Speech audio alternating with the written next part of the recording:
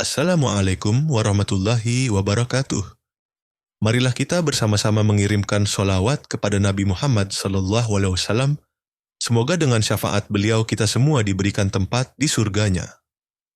Sebelum kita lanjut, jangan lupa untuk subscribe, like, dan tinggalkan komentar di bawah.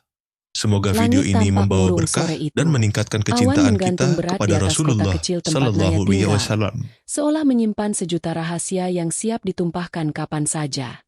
Naya melangkah cepat di trotoar yang licin, menggenggam tas belanja berisi kue-kue yang belum habis terjual. Sudah hampir seminggu hujan turun setiap sore, membuat dagangannya sepi pembeli. Naya adalah janda muda berusia 25 tahun. Suaminya, Reza, meninggal dunia dalam kecelakaan kerja 2 tahun lalu saat sedang memperbaiki jaringan listrik. Kepergian Reza membuat hidup Naya berubah drastis. Ia memilih tidak menikah lagi dan tinggal bersama ibunya di sebuah rumah kontrakan sederhana di pinggir kota. Untuk menyambung hidup, ia berjualan kue dari satu tempat ke tempat lain. Ia bukan perempuan lemah, tapi duka yang lama belum sepenuhnya pulih di hatinya. Sore itu, saat gerimis mulai turun, Naya buru-buru menuju halte terdekat. Tapi sebelum sempat sampai, hujan tumpah deras membasahi seluruh jalan. Bajunya basah, rambut panjangnya menempel di wajah, dan tubuhnya mulai menggigil. Ia menoleh ke kanan dan kiri, berharap ada ojek atau angkutan umum yang lewat. Tapi tak ada satupun kendaraan yang berhenti. Dengan tangan gemetar, Naya mengeluarkan ponselnya yang nyaris kehabisan baterai. Ia membuka aplikasi pemesanan taksi online dan memesan kendaraan. Hanya satu yang tersedia dalam radius dekat, mobil dengan plat nomor yang tak dikenalnya. Ia tak peduli, yang penting segera sampai rumah. Tak lama kemudian, sebuah mobil sedan tua berwarna biru tua berhenti di depan halte. Kaca jendela diturunkan setengah, memperlihatkan seorang pria muda dengan jaket lusuh dan wajah kelelahan. "Naya, ya?" tanyanya singkat. Naya mengangguk. "Iya, Bang." Ia masuk ke dalam mobil, dan kehangatan dari dalam kendaraan seketika membuat tubuhnya sedikit rileks. Supir itu menoleh sebentar, memberi senyuman sopan. Ada ketulusan dalam sorot matanya yang sayu. "Maaf ya, mobilnya agak bau bensin. Mesin udah tua," katanya sambil tertawa kecil. Naya mengangguk pelan. "Nggak apa-apa. Yang penting bisa pulang." Perjalanan itu awalnya hening. Hanya suara wiper dan hujan yang menemani. Tapi entah mengapa, suasana dalam mobil terasa nyaman. Supir itu bernama Ardi. Ia ramah, bicaranya pelan dan tak banyak basa-basi. Dari logatnya, Naya tahu ia bukan asli kota ini. "Baru pindah ke sini, Bang?" tanya Naya. Ardi tersenyum. "Iya. Udah 2 bulan. Numpang hidup di rumah kontrakan kecil di belakang pasar. Nyopir buat cari makan. Sebelumnya di kampung kerja serabutan, tapi makin susah, jadi nekat merantau." Ada sesuatu dari Ardi yang membuat Naya merasa tak asing. Ia bukan pria tampan. Wajahnya tirus, kulitnya gelap terbakar matahari, dan tangannya kasar. Tapi sorot matanya lembut. Seperti seseorang yang sudah sering dihantam kerasnya hidup, namun masih punya sisa ketulusan untuk dibagi. Mobil berhenti di depan rumah kontrakan Naya. Hujan belum reda. Naya mengeluarkan uang, tapi Ardi menolaknya. "Nggak usah, udah malam. Lagian jaraknya juga nggak jauh." Naya terkejut. "Loh, nggak bisa begitu dong, Bang. Saya penumpang. Tadi saya lihat kamu kedinginan. Saya cuma pengen bantu. Anggap aja ini rezeki buat saya karena bisa bantu orang," jawab Ardi sambil tersenyum. Naya tak bisa berkata-kata. Ia menyerahkan uang itu diam-diam ke jok mobil, lalu turun sambil mengucap terima kasih. Dari balik jendela, Ardi menatap Naya sejenak sebelum kembali memacu mobilnya perlahan, menghilang di balik tirai hujan. Malam itu, Naya tak bisa tidur. Entah kenapa, wajah supir taksi itu terus muncul dalam benaknya. Senyumnya, sorot matanya, dan caranya menolak bayaran, semua melekat begitu saja. Ia mencoba mengusir pikiran itu, tapi hatinya justru makin tak tenang. Beberapa hari berlalu. Naya kembali sibuk berjualan. Tapi dalam diam, ia berharap bisa bertemu Ardi lagi. Ia tak tahu mengapa, tapi sesuatu dalam dirinya berkata bahwa pertemuan itu belum selesai. Dan benar saja, seminggu kemudian, takdir mempertemukan mereka kembali. Saat itu, Naya kelelahan membawa kue ke pasar subuh. Tiba-tiba, ban sepedanya bocor. Ia panik karena harus segera sampai sebelum pembeli datang. Di saat kebingungan, sebuah motor berhenti. Dan di atas motor itu, duduk pria yang tak asing, Ardi, si supir taksi. "Masih ingat saya?" tanyanya dengan senyum hangat. Naya mengangguk. Matanya berbinar. "Bang Ardi." "Iya, alhamdulillah ketemu lagi." Tanpa banyak bicara, Ardi membantu Naya membawa dagangannya. Ia mengantar sampai pasar, membantu menata kue, bahkan membelikannya teh hangat. Hari itu, untuk pertama kalinya sejak Reza meninggal, Naya tertawa lepas. Mereka mulai sering bertemu. Kadang Ardi datang membantu Naya berdagang, kadang mengantar bahan-bahan kue ke rumah. Ibu Naya mulai curiga, tapi tak menegur. Ia tahu anaknya berhak bahagia lagi, meski belum yakin siapa Ardi sebenarnya. Namun di balik sikap lembut Ardi, tersembunyi beban masa lalu yang ia simpan rapat. Sebuah masa lalu yang bisa menghancurkan semua, bila terungkap di saat yang salah. Hari-hari Naya berubah sejak kehadiran Ardi. Lelaki sederhana itu kini menjadi sosok yang hampir selalu hadir dalam kesehariannya. Bukan hanya membantu berdagang, tapi juga menemaninya tertawa, mendengarkan keluh kesah, bahkan kadang membantu merawat ibunya yang mulai sering sakit-sakitan. Warga sekitar mulai memperhatikan kedekatan mereka. Mulut-mulut tetangga yang tak bisa diam mulai melontarkan komentar miring. Ada yang sekadar bergumam lirih saat Naya lewat. Ada pula yang terang-terangan menggunjing. "Janda muda kok sering digandeng supir taksi?" bisik seseorang di warung. "Tuh perempuan pasti kesepian," balas yang lain sambil tertawa. Naya mendengarnya. Tentu saja.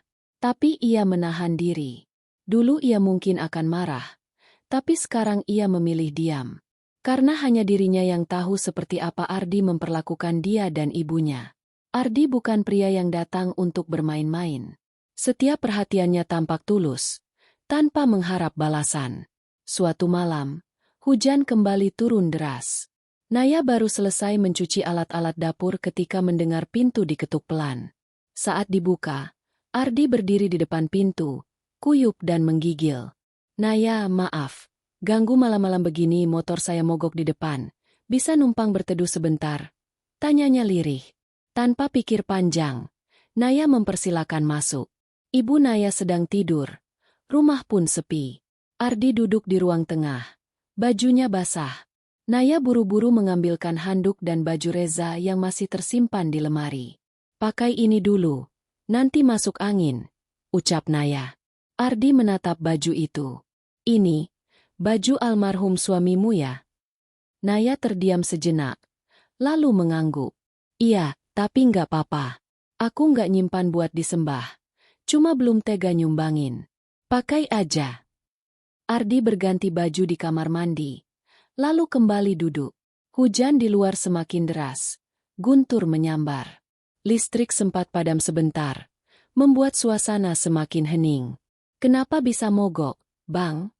tanya Naya sambil menyeduhkan teh hangat. Ardi menatap cangkir di tangannya. "Aku belum servis motor 2 bulan terakhir. Uangnya selalu habis buat bayar kontrakan dan utang di kampung. Kadang aku malu sendiri. Udah deket sama kamu tapi aku nggak punya apa-apa." Ucapan itu menusuk hati Naya. Ia meletakkan teh di meja, lalu duduk di sebelah Ardi. "Aku nggak butuh kamu punya banyak, Bang. Aku cuma butuh kamu jadi orang baik, yang nggak ninggalin aku kayak dulu suamiku pergi mendadak. Aku cuma takut kehilangan." Malam itu, kedekatan mereka berubah. Bukan sekadar teman curhat, bukan sekadar teman dagang, tapi dua hati yang saling terluka dan mencoba saling menguatkan. Mata Ardi berkaca-kaca. Ia memegang tangan Naya, perlahan dan hati-hati. "Aku mau bahagiain kamu, Naya. Tapi aku belum bisa sekarang. Aku masih nyicil motor. Utangku banyak. Dan aku. Suara Ardi terputus. Hujan begitu deras, menyamarkan suara dentuman kecil dari luar. Tapi hati Naya justru berdetak lebih cepat. Ia tahu apa yang sedang terjadi. Ia sedang jatuh cinta. Lagi. Malam terus bergulir. Ardi tertidur di ruang tengah, dibungkus selimut tipis. Naya menatapnya dari kejauhan. Hatinya gundah. Ia tahu ini bukan hubungan biasa. Ia janda. Dan Ardi hanya supir taksi. Tapi kenapa Allah mempertemukan mereka kalau bukan ada maksud? Esok paginya, Ibu Naya terbangun dan mendapati Ardi masih tertidur di lantai ruang tamu. Naya panik, tapi ibunya hanya menatap datar. Itu anak baik. Tapi kamu harus tahu batas. Naya, kamu janda. Orang lihatmu dari sudut yang beda. Jangan sampai kamu kasih celah buat mereka menghina, ujar ibunya tegas. Naya mengangguk.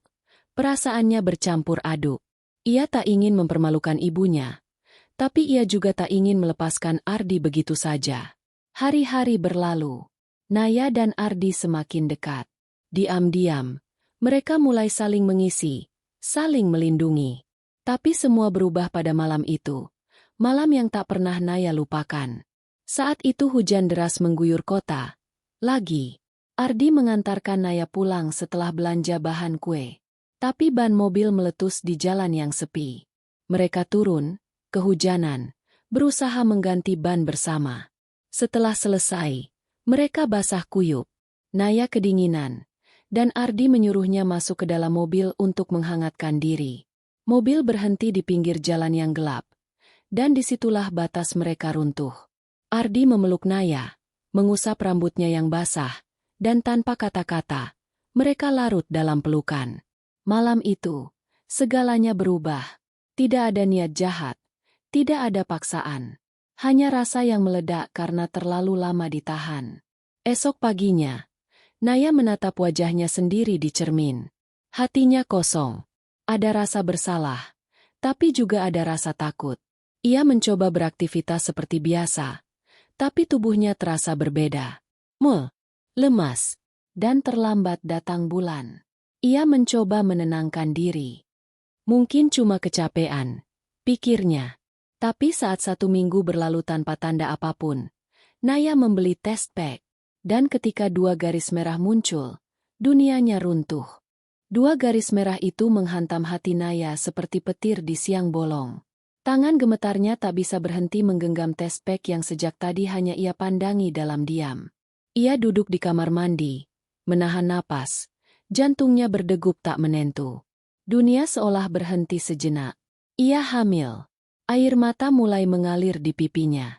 Ini bukan rencana. Ini bukan jalan yang ia bayangkan. Ia hanya ingin kembali merasakan hangatnya disayangi, bukan terjebak dalam badai baru. Tapi semuanya sudah terjadi, dan ia tak bisa menghapus malam itu dari kenyataan. Dengan langkah limbung, Naya kembali ke kamar. Ia menyembunyikan test pack di bawah bantal, lalu berbaring memeluk lutut. Di luar, Ibu Naya memanggil dari dapur, tapi ia tak menjawab. Dunia luar mendadak terasa asing. Apa yang harus ia lakukan sekarang? Bagaimana ia menjelaskan ini pada ibunya? Dan pada Ardi? Esoknya, saat berjualan di pasar, Naya mencoba bersikap biasa. Tapi wajahnya pucat, tubuhnya lemas. Ardi datang seperti biasa, membawa dagangan dan membantunya menata meja. Tapi tatapan mata Naya berbeda. Ia menghindari kontak mata, menjawab seadanya, dan menolak disentuh. Ardi menyadari perubahan itu. Saat dagangan selesai dijual, ia mengajak Naya duduk di belakang pasar, di tempat mereka biasa beristirahat. Angin bertiup lembut, tapi hati Naya terasa beku. Ada apa, Naya? Kamu sakit? Tanya Ardi pelan. Naya menggigit bibir. Ia menatap mata Ardi dalam-dalam, lalu berkata lirih. Aku hamil, Bang. Ardi terdiam. Wajahnya seperti membeku. Matanya membesar, lalu redup. Ia menarik napas panjang, lalu menunduk. Suasana hening selama beberapa detik yang terasa seperti jam. Itu anakku? Tanya Ardi pelan. Naya mengangguk pelan. Air matanya mulai jatuh. Aku nggak minta kamu tanggung jawab kalau kamu nggak siap. Aku bingung. Bang. Aku takut. Ardi mengusap wajahnya, lalu berdiri dan berjalan menjauh beberapa langkah. Naya mengira ia akan pergi, meninggalkannya seperti lelaki pengecut. Tapi Ardi justru kembali, lalu berlutut di hadapan Naya. Aku nggak akan lari. Naya, aku mungkin bukan laki-laki sempurna. Tapi aku nggak sebodoh itu buat kabur dari anakku sendiri. Tapi, kamu harus tahu satu hal, sesuatu yang belum pernah aku ceritain. Naya menatapnya. Napasnya tercekat. Apa maksudmu? Ardi menunduk. Aku udah pernah nikah, Naya. Dan aku belum resmi cerai. Aku pergi dari istri dan anakku karena dia selingkuh. Dan aku nggak kuat tinggal di sana lagi. Aku pikir aku bisa mulai hidup baru di sini. Tapi ternyata aku malah nyakitin orang lagi. Kata-kata itu seperti pisau yang menancap di dada Naya. Ia memejamkan mata, mencoba mencerna semuanya. Jadi selama ini Ardi menyembunyikan masa lalu? Ia bukan bujang, bukan lelaki bebas seperti yang ia kira. Ia masih terikat, bahkan punya anak. Kenapa kamu nggak bilang dari awal? Tanya Naya dengan suara pecah. Aku takut kamu pergi kalau tahu semua. Aku takut kehilangan kamu. Jawab Ardi lirih. Naya menunduk, memegangi perutnya. Tapi aku udah terlanjur. Bang, aku udah punya anakmu di dalam tubuhku. Sekarang aku harus hadapi semuanya sendirian. Ardi memegang tangan Naya. Enggak, kamu enggak sendiri. Aku akan urus semua. Aku akan cari cara buat menyelesaikan masalah di kampung. Aku akan urus cerai. Aku akan balik, hadapi semuanya. Asal kamu mau tunggu aku. Naya tak menjawab. Hatinya hancur. Bukan karena hamil, tapi karena kepercayaan yang disimpannya runtuh begitu saja. Tapi ia juga tahu, Ardi tak sepenuhnya jahat. Ia hanya manusia yang kalah oleh keadaannya. Beberapa hari berikutnya, Ardi benar-benar pergi. Ia pamit dengan janji akan kembali setelah menyelesaikan segalanya di kampung. Naya hanya bisa melihat punggung Ardi menjauh, membawa semua harapan bersamanya. Di rumah, ibu Naya akhirnya tahu soal kehamilan itu. Reaksi ibunya membuat hati Naya makin hancur. Aloh, Naya, kamu hamil di luar nikah? Astagfirullah, ini anak siapa? Naya menangis. Ardi, Bu, supir taksi itu. Ibunya terduduk. Dia yang sering ke rumah itu? Ya Allah, Naya. Kenapa kamu nggak bilang dari dulu siapa dia sebenarnya? Apa dia serius? Atau cuma main-main sama kamu? Dia janji balik. Bu, dia bilang mau urus semuanya. Tapi ibunya tak percaya. Sejak itu, suasana rumah jadi muram. Ibu Naya bahkan sempat sakit keras karena malu. Para tetangga mulai mencibir. Ada yang sengaja datang, pura-pura menolong tapi hanya ingin tahu gosip terbaru. Naya merasa hidupnya seperti diadili. Ia tetap berjualan. Dengan tubuh yang mulai berat, ia tetap berdiri di pasar, menata kue satu persatu sambil menahan mual. Tapi ia tak pernah melihat Ardi lagi. Tak ada kabar, tak ada pesan. Tak ada telepon. Ia mulai merasa ditinggalkan. Namun dalam kesunyian itu, ia merasakan sesuatu. Janin dalam kandungannya mulai bergerak. Perlahan, lembut. Seperti memberi isyarat bahwa hidup masih harus terus berjalan. Bahwa ia tidak sendiri. Bahwa ada cinta yang tumbuh, meski dari kesalahan.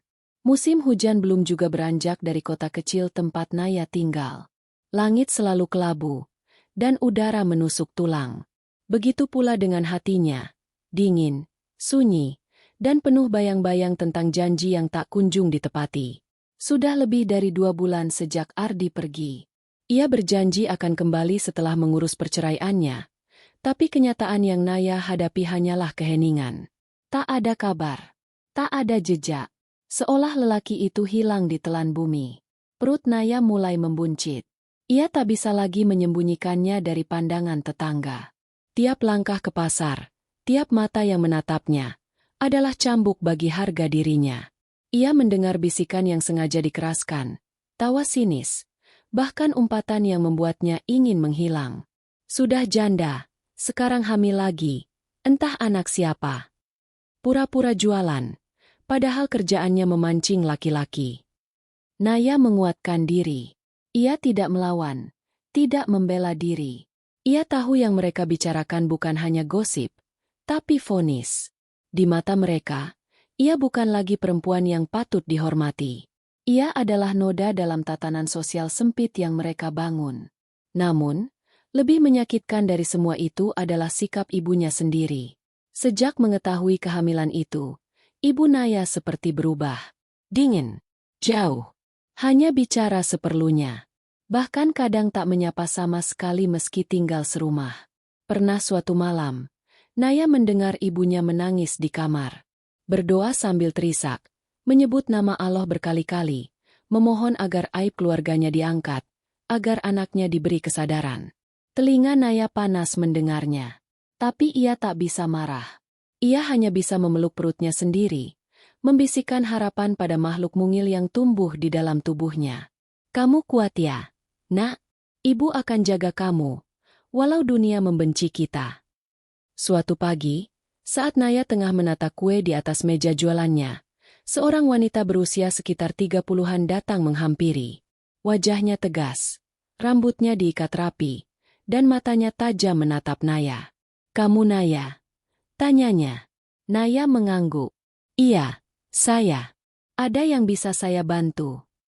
Wanita itu menghela napas, lalu duduk di bangku plastik di depan lapak Naya. Nama saya Rizka. Aku istri sahnya Ardi. Dunia Naya runtuh seketika. Tangannya yang tengah menyusun kue beku di udara. Ia menatap wanita itu, tak mampu berkata-kata. Aku tahu tentang kamu. Aku tahu dia dekat sama kamu. Aku tahu, kalian pernah tidur bersama. Naya menggigit bibir. Matanya panas. Saya nggak tahu kalau dia belum cerai. Dia bilang udah pisah. Dia bilang istrinya selingkuh. Rizka tersenyum sinis. Kamu percaya cerita itu? Kamu pikir kamu perempuan pertama yang dia bujuk dengan kisah sedih? Aku kenal suamiku, Mbak. Dia pintar bermain peran. Naya menunduk. Air matanya jatuh. Tapi Rizka belum selesai. Aku bukan datang buat marah. Aku cuma mau bilang. Ardi kabur. Dia nggak balik ke kampung. Nggak ngurus perceraian. Nggak kirim kabar. Dia kabur entah kemana. Dan sekarang aku yang harus bersihin semuanya. Termasuk utang-utangnya. Naya menggenggam sisi meja. Perutnya seketika terasa nyeri. Napasnya tersengal. Ia ingin menjerit. Tapi tak bisa. Semua rasa bercampur jadi satu. Marah, sedih, kecewa, dan ketakutan. Rizka berdiri. Aku kasihan sama kamu. Tapi kamu juga harus sadar. Kamu salah. Kamu percaya pada lelaki yang belum tentu jujur. Sekarang kamu tanggung sendiri akibatnya. Setelah wanita itu pergi, Naya roboh di balik meja. Ia menangis sejadi-jadinya. Air mata itu tak lagi tentang malu, tapi tentang rasa ditinggalkan. Ardi, lelaki yang ia pikir tulus, ternyata hanya pelarian dari masalah.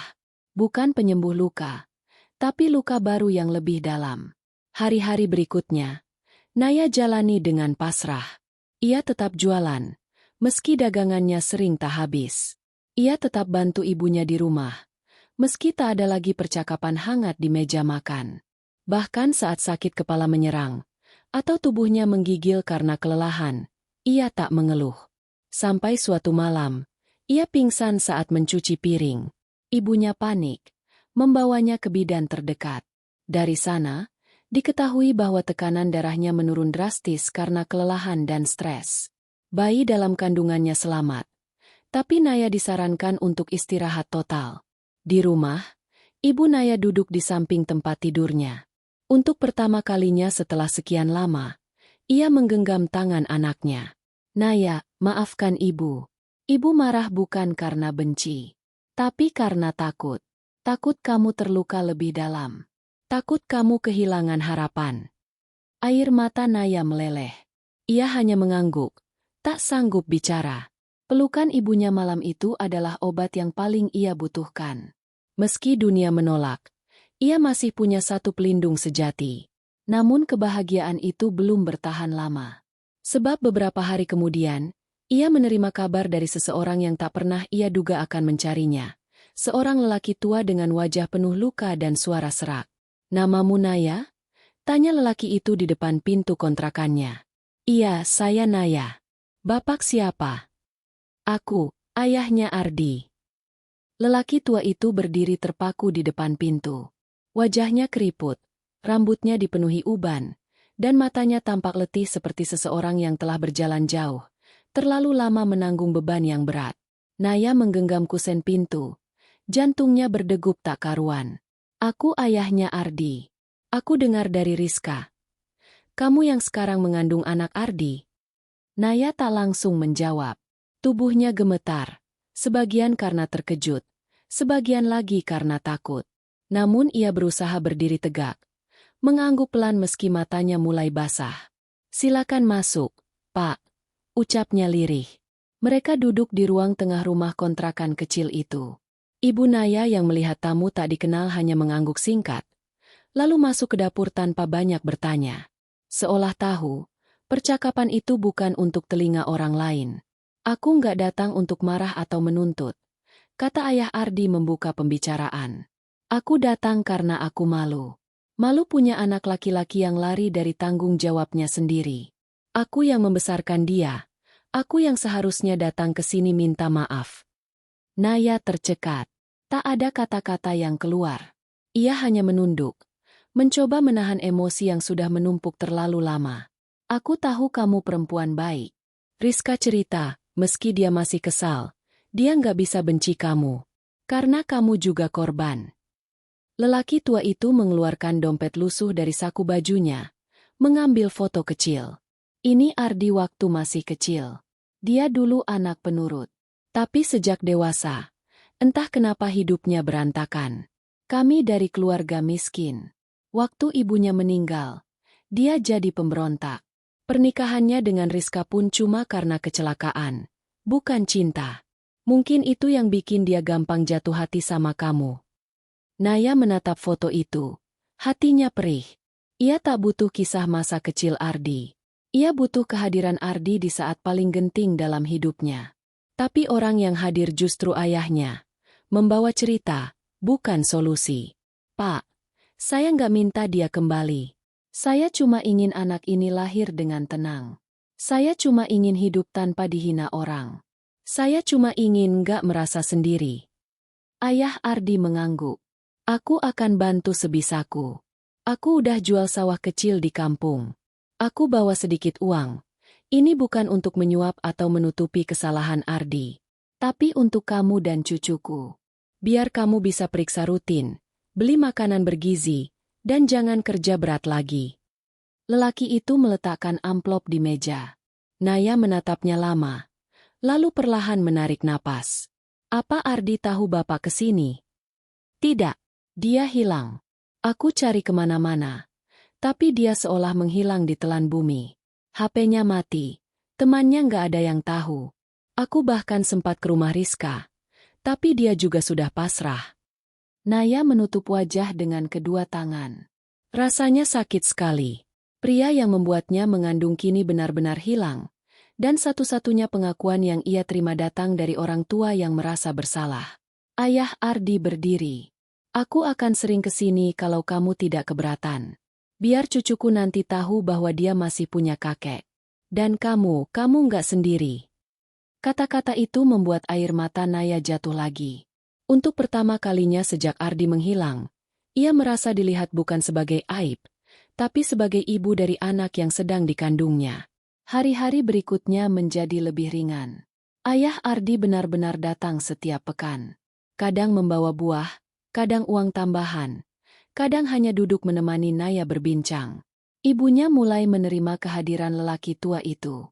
Mereka sering berbincang di teras rumah, membicarakan cucu yang belum lahir, juga masa depan yang masih abu-abu. Perut Naya semakin besar. Gerakan si kecil di dalam kandungan semakin terasa. Tiap kali janin menendang pelan, Naya memegang perutnya sambil tersenyum, seolah bayi itu bicara padanya, memberi kekuatan. Namun, di tengah semua ketenangan yang mulai tumbuh itu, badai kembali datang tanpa diundang. Suatu malam, saat hujan turun deras seperti malam-malam sebelumnya, seseorang mengetuk pintu rumah dengan tergesa. Naya yang sedang rebahan langsung bangkit, membukakan pintu. Di sana, berdiri sosok yang sudah berbulan-bulan ia tunggu. Ardi, basah kuyup, berjenggot tipis, wajahnya tirus dan matanya cekung. Tapi tatapan itu, tatapan yang dulu membuat Naya jatuh cinta, masih ada di sana. Naya, maafkan aku balik. Ardi berdiri basah kuyup di depan pintu rumah, dengan wajah penuh penyesalan dan tubuh gemetar karena dingin. Tapi yang mengguncang hati Naya bukan tampilan lusuh lelaki itu, melainkan kenyataan bahwa ia benar-benar kembali, setelah sekian lama hilang, di saat semua luka nyaris sembuh. Naya hanya berdiri membeku. Tak ada sepatah kata pun keluar dari mulutnya. Tubuhnya kaku. Perutnya sudah besar, 8 bulan lebih usia kandungan. Dan Ardi, lelaki yang membuatnya menanggung semua beban itu, kini muncul tanpa aba-aba. Ardi menunduk. Suaranya bergetar. Aku salah, Naya. Aku pengecut. Aku lari karena aku takut. Aku nggak tahu harus ngadepin semuanya gimana. Aku nggak layak jadi ayah dari anakmu. Tapi sebelum Ardi melanjutkan, suara berat terdengar dari balik pintu. Kau tahu itu sekarang. Ayah Ardi muncul dari ruang tamu, berdiri tegak meski tubuhnya renta. Tatapannya tajam seperti tombak yang menusuk jantung. Bapak. Diam. Bentak lelaki tua itu. Kamu pikir kamu laki-laki? Kamu buat perempuan ini hamil. Lalu kau tinggalkan macam binatang. Kau anakku. Tapi aku malu mengakuimu. Ardi menunduk dalam. Kakinya seperti tak kuat menopang tubuh. Ia berlutut, menempelkan keningnya di lantai beranda rumah. Naya menutup pintu perlahan, lalu bersandar. Napasnya memburu. Ia tidak tahu harus marah atau menangis. Tubuhnya menggigil, bukan karena cuaca, tapi karena jiwanya kalut. Beberapa menit kemudian, Ardi duduk di ruang tamu, berhadapan dengan Naya dan ayahnya. Ibu Naya memantau dari dapur, sesekali melirik tanpa suara. Ardi tampak ringkih, tak seperti lelaki yang dulu datang dengan percaya diri. Aku pergi ke Sumatera, ke tempat saudara jauh. Kerja serabutan, ngojek, jadi kuli. Aku mau ngumpulin uang buat nutup semua utang. Tapi hidup nggak semudah yang aku bayangin. Aku hampir mati di jalan. Aku nggak punya siapa-siapa di sana. Lalu aku dengar dari orang kampung. Bapak ke kota dan kamu, Naya, kamu hamil dan sendirian. Naya mengepal tangan. Kamu tahu aku hamil dan kamu tetap nggak balik. Ardi mengangguk lemah. Aku takut. Aku malu. Aku nggak sanggup lihat wajahmu. Tapi semakin lama, rasa bersalah itu makin menyiksa. Sampai akhirnya aku sadar. Aku nggak bisa terus jadi pengecut. Aku harus pulang. Harus minta maaf. Meski kamu nggak akan terima aku lagi. Ayah Ardi menatap tajam. Kalau kamu minta maaf, terima konsekuensinya. Kau harus nikahi Naya. Kau harus rawat anakmu. Aku nggak akan biarkan cucuku lahir tanpa ayah. Naya menoleh ke arah ayah Ardi. Bapak, jangan paksa dia. Saya nggak butuh pernikahan yang dipaksakan. Saya cuma mau anak saya lahir dengan tenang. Saya nggak mau lagi disakiti. Ardi berdiri perlahan, lalu berlutut di hadapan Naya. Aku nggak datang untuk sekadar minta maaf. Aku datang untuk bertanggung jawab. Aku siap menikahimu. Aku tahu aku nggak pantas. Tapi izinkan aku tebus semuanya. Biar anak kita punya ayah.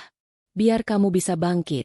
Bukan karena kuat sendiri, tapi karena aku ada untuk menopang. Naya menatapnya lama. Air matanya tumpah, tapi bukan karena bahagia, melainkan karena luka yang sudah terlalu dalam untuk sembuh begitu saja. Ia tak menjawab saat itu juga. Ia hanya berdiri dan masuk ke kamar, meninggalkan Ardi dalam keheningan. Malam itu hujan turun lagi. Petir sesekali menyambar langit. Dan di dalam kamar, Naya duduk memegangi perutnya. Bayinya bergerak pelan, seperti ikut mendengar semuanya. Ia tahu hatinya masih hancur, tapi ia juga tahu anak ini berhak punya ayah. Esok paginya, Naya membuat keputusan. Ia duduk di depan Ardi dan ayahnya. Wajahnya tenang, matanya teguh. Kalau kamu benar-benar serius, buktikan. Aku nggak butuh janji. Aku butuh kamu tunjukkan kalau kamu bisa bertahan. Mulai sekarang, kamu bantu urus semua. Biaya lahiran, kebutuhan bayi, surat nikah. Tapi aku nggak mau tergesa. Kita nikah setelah anak ini lahir. Biar aku tahu kamu beneran niat. Ardi mengangguk cepat. Air matanya tumpah. Ia menggenggam tangan Naya, lalu mencium punggung tangannya dengan penuh rasa bersalah. Aku akan buktikan. Naya, aku akan jadi ayah yang pantas. Aku janji. Hari-hari selanjutnya, Ardi benar-benar berubah. Ia mulai bekerja tetap di bengkel dekat pasar, membantu mengurus kebutuhan rumah Naya, mengantar periksa ke bidan, bahkan membuat kereta dorong untuk bayi mereka dengan tangannya sendiri dari bahan bekas. Tetangga mulai berhenti bergosip, karena melihat perubahan itu. Bahkan beberapa dari mereka yang dulu paling cerewet, kini malah datang membantu Naya menjelang kelahiran. Dunia seperti mulai berdamai dengan dirinya. Tapi waktu terus berjalan. Hari perkiraan lahir semakin dekat. Dan sebuah malam datang, membawa kejutan yang jauh lebih besar dari semua yang pernah terjadi. Naya tiba-tiba mengeluh sakit perut hebat. Tapi ini bukan tanda persalinan biasa. Ia pingsan di lantai dapur, dan ketika dibawa ke bidan, dokter langsung rujuk ke rumah sakit karena tekanan darahnya anjlok. Detak jantung bayi melemah. Ardi berlari secepat mungkin ke rumah sakit. Ia berteriak memanggil perawat. Matanya merah, jantungnya seperti mau meledak. Ayahnya ikut datang, menggenggam tas bayi yang belum sempat dibuka. Di ruang bersalin, Naya terbaring lemas, tubuhnya basah oleh keringat dingin. Bibirnya bergetar, tapi ia sempat berkata pelan. Kalau aku nggak kuat tolong jaga anak kita. Di ruang bersalin yang dingin dan penuh ketegangan, suara monitor detak jantung bayi terdengar semakin pelan. Para dokter dan bidan bergerak cepat, mengganti alat, mengecek tekanan darah, menyuntikkan cairan. Semua dilakukan dalam hitungan detik yang terasa seperti jam. Di luar ruang, Ardi mondar-mandir sambil meremas rambutnya sendiri. Ia seperti orang yang kehilangan kendali. Ya Allah, tolong selamatkan mereka berdua. Lirihnya berulang-ulang. Ia tidak pernah merasa begitu takut seumur hidupnya. Lelaki itu dulu lari dari masalah karena merasa hidup tak adil, karena takut menghadapi kenyataan. Tapi malam itu, ia sadar, apa yang benar-benar ia takuti bukan hidup susah atau omongan orang, melainkan kehilangan satu-satunya perempuan yang pernah ia cintai dengan sepenuh hati. Ayah Ardi duduk di kursi tunggu, memejamkan mata dengan bibir tak henti komat-kamit, berdoa penuh harap. Di sampingnya, Ibu Naya duduk sambil memegangi mukena dan surah Yasin kecil. Matanya sembab. Tidak ada lagi marah atau kecewa, hanya kepasrahan seorang ibu yang mengharap keselamatan putrinya. Waktu seakan berhenti. Sampai akhirnya, suara tangis bayi pecah menembus dinding kamar operasi. Keras, menggetarkan. Ardi menoleh cepat ke arah suara itu. Matanya langsung berkaca-kaca. Seorang perawat keluar dengan pakaian operasi masih terpakai, membawa kabar yang sejak tadi mereka tunggu. Ibunya selamat, tapi kondisinya masih sangat lemah. Kita butuh observasi 24 jam ke depan. Tapi bayinya sehat. Laki-laki, berat 3 kilogram lebih. Selamat ya. Ardi tak bisa menahan tangisnya. Ia langsung bersujud di lantai rumah sakit, memeluk lututnya sendiri sambil menangis seperti anak kecil. Ayahnya menepuk pundaknya. Air mata juga membasahi pipinya yang keriput. Ibu Naya pun mengucap syukur lirih, memeluk mukena yang ia genggam erat sejak tadi. 2 hari berlalu. Naya terbangun dengan napas pelan, mata berat, dan tubuh masih lemah. Ia melihat ke sekeliling, mendapati dirinya di ruang rawat inap. Sinar matahari menembus tirai tipis jendela, menghangatkan kulit wajahnya. Di sampingnya, Ada seorang lelaki yang tertidur di kursi plastik dengan kepala tertunduk, memegang tangan kirinya erat. "Ardi?" lirihnya. Ardi langsung bangun, matanya memerah. Wajahnya letih namun berbinar begitu melihat Naya terjaga. "Alhamdulillah, kamu bangun juga." Suaranya nyaris tak terdengar. Naya mencoba tersenyum, meski masih lemah. "Anaknya?" Ardi bangkit, mengangkat sebuah bungkusan kain dari ranjang kecil di sudut ruangan.